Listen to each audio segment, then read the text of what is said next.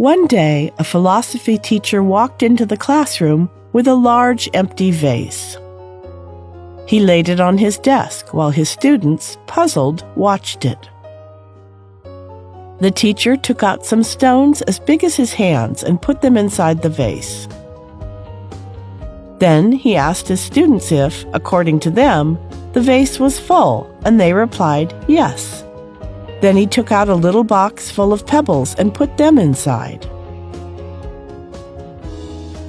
Then he gently shook the vase so that the pebbles could fill the spaces left by the stones.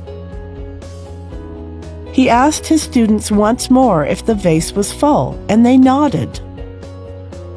The teacher grabbed a bag of sand and emptied it inside the vase.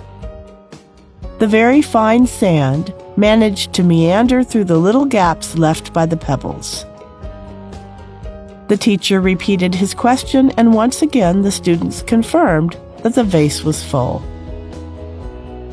The teacher walked out of the room and came back shortly after with 2 cups of coffee.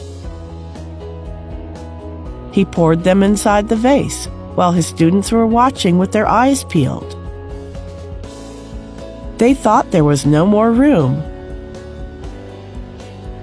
but the sand absorbed all the liquid.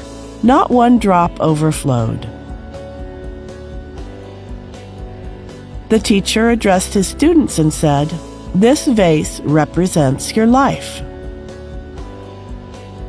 The stones represent what matters the most to you, your affections and your health.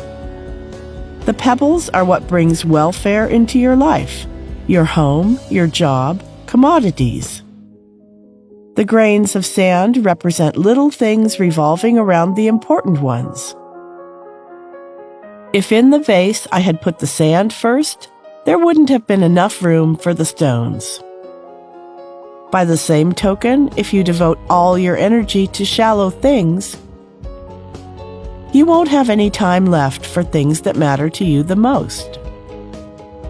Phone your parents, play with your children, walk with your loved ones. There will always be time to tidy up your house, wash your car, run errands. Take care of the stones first. All the rest is sand." The students fell silent for a while. Then one of them raised his hand. "Teacher, what does the coffee represent then?"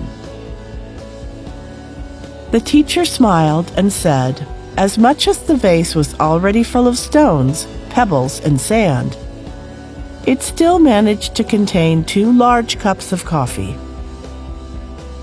I wanted to demonstrate that although sometimes we feel overloaded with things to do, there will always be room for a coffee or a loved one."